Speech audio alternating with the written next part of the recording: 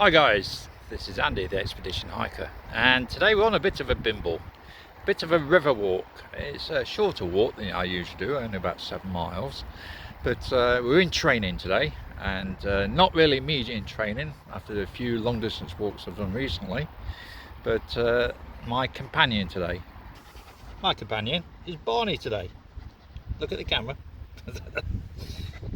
Okay, we'll try and get him on picture better. Today we are walking in Nottinghamshire. We're at a place called Gedlin, Burton Road, Jubilee Park, and we're going to walk down to along the river. So this is really a river walk. So we're going to walk down to Stoke Bardoff and then along the river towards Burton Joyce, in which place we're going to catch the train. So it's going to walk in about 6 or 7 miles. It's the furthest he's actually going to walk. He does run around a lot, but he doesn't actually walk that distance, and I'm actually going to start building him up. It's the family dog, it's not actually my dog, and hopefully in a few months time we might get him out on a wild camp. We'll see how he bears today, so we'll see how we get on.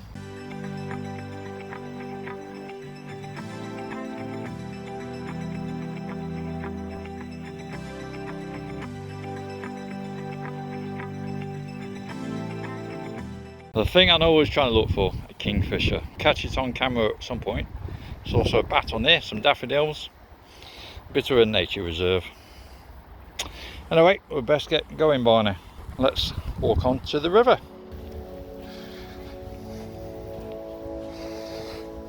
I call him Captain Sniff a lot, because that's all he seems to do most of the time. So this will be a journey to see if he can walk 7 miles, as he seems to stop it usually every 10 seconds to sniff something.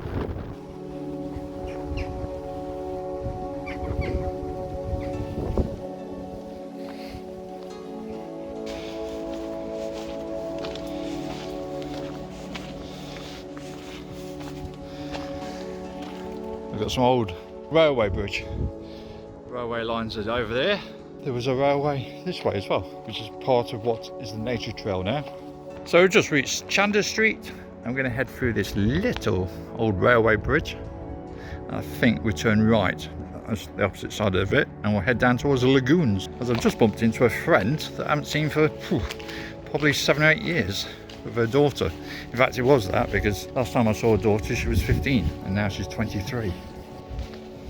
So we're just walking along this little lane heading down towards the lagoons and the water. I have decided to wear shorts today, not one I actually wear that often.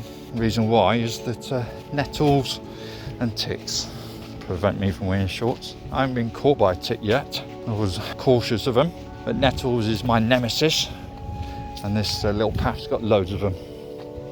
Usually you don't see much of me on my walks, but you're going to see a lot of Barney today. So Gedlin is a suburb of Nottingham, but it is right on the edge. So as you get out of Gedlin, you are in the countryside. But as you can see, moments ago we were in a park, and now we're walking in a woodland area. It's not an actual path I've actually walked myself. I've been to Stoke Bardoff before on the river. I used to go there with my parents on a Sunday afternoon. I used to go down to the, I think it's called the Ferry Boat pub, or the Ferry Inn pub. We'll be passing that later.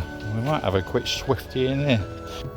And we're out, definitely in the countryside now, away from all the hustle and bustle. There's a road near us, but you can see there's a housing estate being built, but we are in open fields. Nottingham is always expanding like most other cities. As I say, it's a bit more open now. See a few dog walkers and other people walking about around here, so it's quite busy. It is a Saturday, but it's probably a nice place to go away from the hustle and bustle of city life. So I just spoke to an elderly couple, and they had big cameras with them, and I thought, well, there's only one thing they're looking for down here. They're looking for the kingfisher, the one bird that I'm trying to catch on camera. But I hear there's 3 kingfishers. They go along this little brook, so hopefully we might catch one.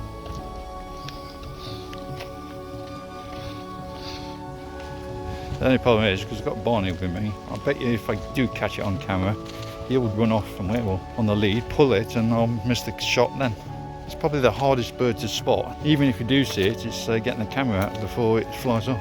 It will be very quiet, so I'll best quiet down a minute.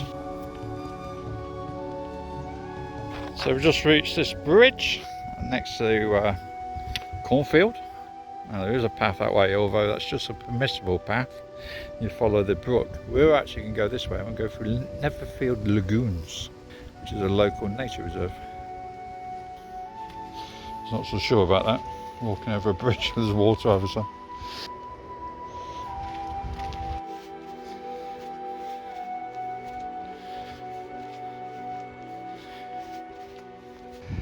So this is Neverfield Lagoons, and as you see it's a little bit dry.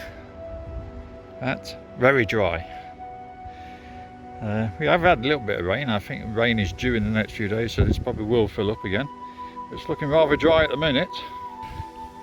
Well, looking more like a desert than a lagoon.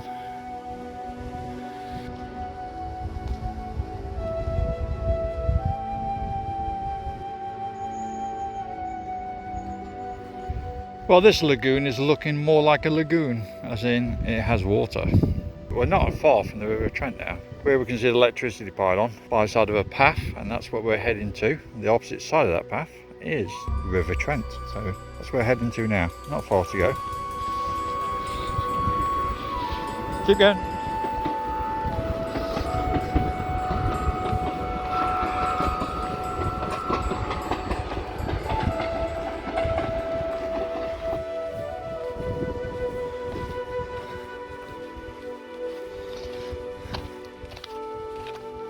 Oh, we're going this way.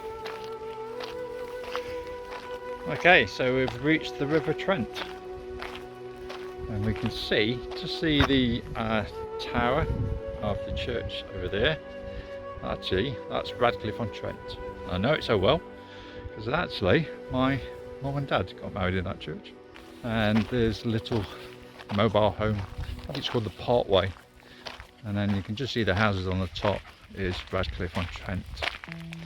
Anyway, we're going to follow this path now, and then hopefully it should open up in a little bit. And there's a possibility there's some cows there. One has never met cows, so we'll see how he fares against them. The path I'm actually walking at the moment now alongside the River Trent is, I think it's the Trent Valley Way. The Trent Valley Way starts at Long Eaton, and then it continues all the way to where the Trent meets the Humber, the River Humber, and then the estuary out into this North Sea. Now this is a walk I'm actually looking at doing, hopefully later this year. Now, if I remember right, the route is 84 miles long, or it might be slightly longer. Hopefully, fingers crossed, hopefully we don't have no more COVID lockdowns.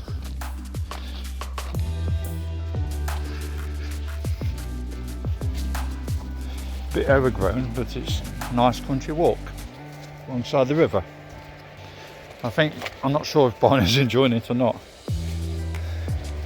As I say, he sniffs a lot and he's stopped sniffing, so I think he's thinking, when are we going to finish this walk? He's a dog that likes to know where he's going, so we always walk the same routes. So when I take him on a walk like this, he don't know where he's going. He's going to have to get used to it if we're going to go on wild camping and galore long distance walks. Well, I'm not sure if I'll take him on a long distance walk, maybe a couple of day walks. And the other thing is, because he's quite a light coloured dog, he'll be black in no time in the autumn and winter when we go out in muddy, wet conditions. I'll have to, in my lightweight backpacking gear, I'll have to take a bath, a dog bath.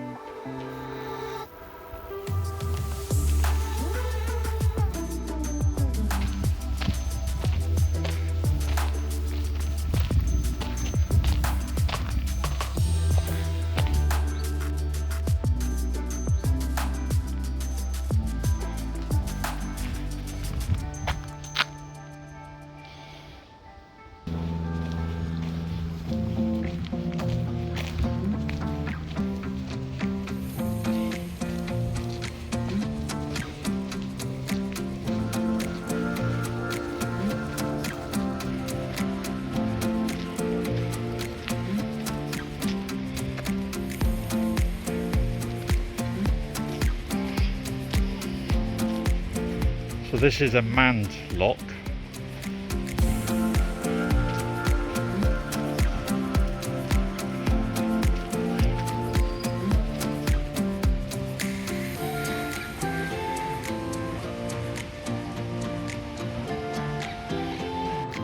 Every time I turn the camera on, he seems to move out of shot. He seems to be okay. He's having plenty of water. It's quite a warm day. And he's still sniffing like usual.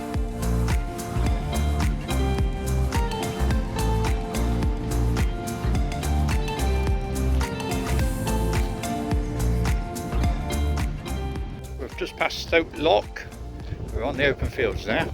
Now beyond those trees in front of us, to the left of the path, is the, I think it's called the Ferry Boat Inn. Let's just call it the pub. So we're going to get down to there. Maybe they might do doggy ice cream. And then once we've got past the pub, and then we're heading to Burton, the train station. Although the train we're taking back, it takes 3 minutes. So by the time I sit down, it'll be time to get back up. I think you'll be sleeping well tonight. Back down on another walk tomorrow. Then, so as I said, it's Saturday today, so tomorrow I've got a walk on.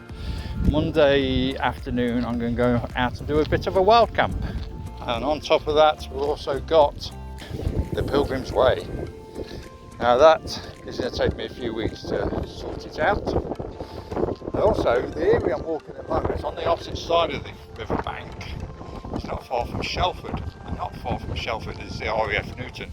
Now I did do a walk there last year, post-production.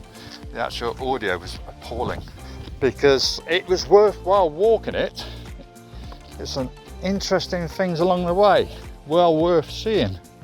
The only problem is, as I say, the audio was appalling, so I think we're going to refilm that one, which I ended up buying new microphones for. Hoping that the microphone's going to be good today, because I actually haven't bought the mic, we're using the phone. I was right, it's called the Ferry Boat. I did think the Ferry Boat Inn, but we'll go with the Ferry Boat.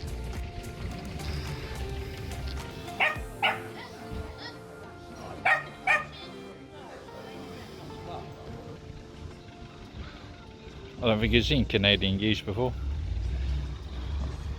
I think it's something to play with. The only problem is if he gets a bit close, they realise that they hiss at him more than he hisses at them.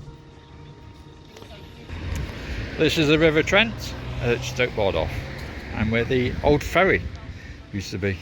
We're carrying along this way, and we're heading towards Burton next. So this is the point where the old ferry would dock and go straight across the river to the opposite side, just over there.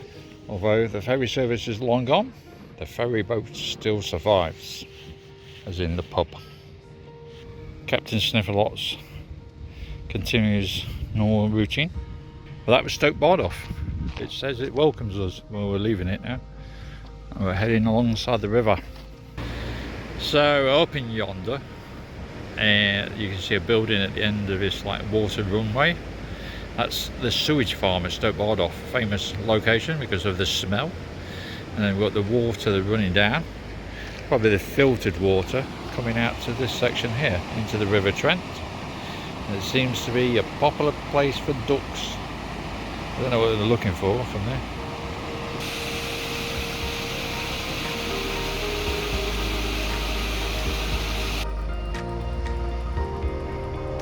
That's the sort of boat we could do with.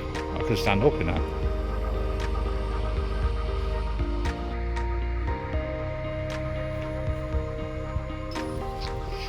Right, well, passing the popular sports ground of Burton. Played football there a couple of times. My son played football, I coached the team. As I said, it was a training thing for Barney, and he's done well. We stopped at the Stoke Bardolph and had a little drink. He had a little chat with some other dogs. In fact, he's pulling on the lead. Mind you, that's because there's a couple of dogs ahead. He generally does do that. Wants to say hello to them all. And when he gets a bit closer, he realises how big they are. He pulls away. We are near the end of the walk. In fact, we're about 100 metres away from the end at the Burton train station. hopefully he's enjoyed it as much as I did, and hopefully you've enjoyed it as well.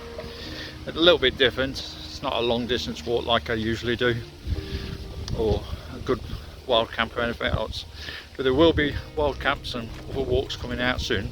Hopefully Barney will be coming on some of them as well. So reaching the train station, Burton Joyce, we've got about 20 minutes before the train arrives. As I mentioned earlier, they don't go very often, about once every 2 hours. You don't want to miss it, you know, wait 2 hours. But it's been a reasonable walk, it's only 7 miles.